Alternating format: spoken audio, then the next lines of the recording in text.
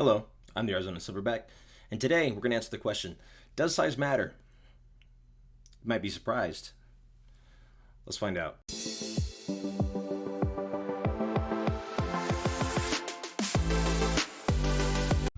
So does size matter? Well, before we can answer the question, we're going to talk a little bit about the difference between the big guy jiu-jitsu and little guy jiu-jitsu. So little guy jiu-jitsu is kind of what we know as the new age jiu-jitsu. You have your berimbolo rolls, you have your lassos, your lapel drags, you have all these things that people use when they use agility. And for heavyweights, or the bigger guys, you have pressure passing, you have smash a pass, big takedowns. Usually they don't guard pull, go figure, right? Size matters usually in the beginning. So if you're new to jiu-jitsu, the bigger guys are going to be harder to deal with. Strength is a very difficult thing to learn how to deal with up until about your purple belt. Even blue belt, you'll struggle with some guys who are abnormally athletic. You know, you get a white belt in the gym, he might have wrestled, he might be super strong and come at you. Up until you're a purple belt, that could be difficult to deal with.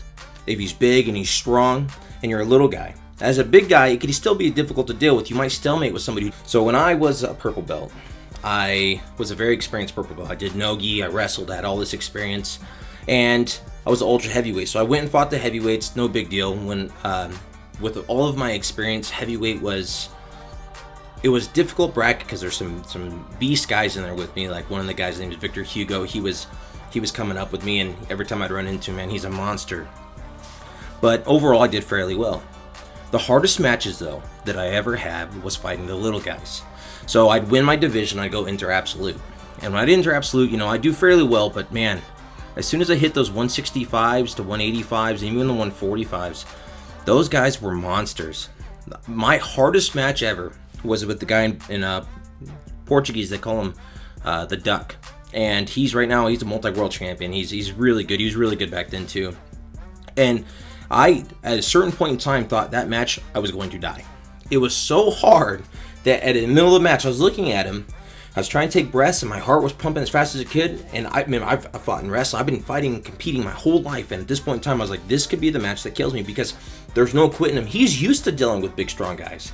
He's used to guys. And you know what? He was more technical than I was. And I was giving it all I had, and he just had a blank stare on his face and just kept fighting through me. It was the longest 7 minutes of my life.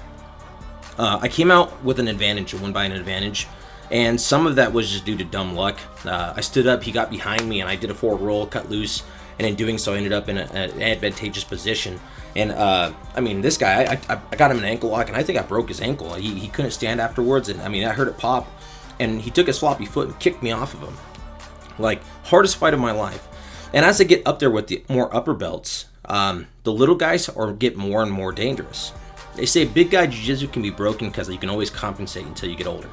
So if I lack something in technical ability, I can make up for it in just sheer strength and size. Well, little guys can't do that. And they say women jiu-jitsu is actually, if you ever watched a high-level women's match, holy crap, man, is it great.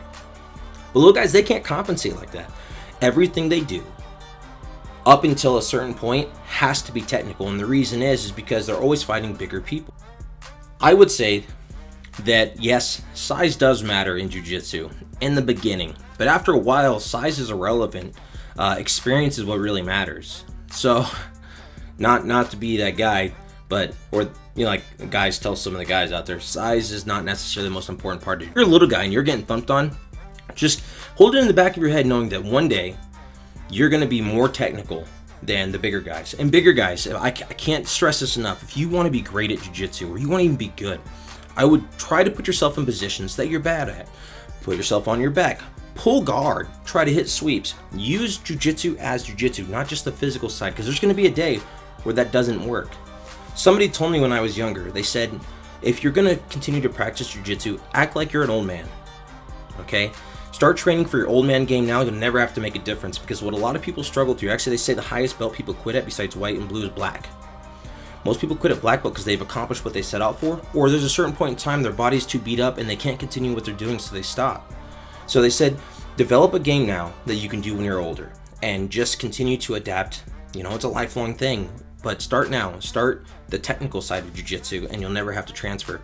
Well, little guys, man, you know, you're just keep doing what you're doing. There'll be a day it'll work. Well, anyway, I'm the Arizona Silverback, and I answered your question. Does size matter? Are you a big guy? Are you a little guy? Let me know down below. Well, anyway, we'll talk to you next time. Os.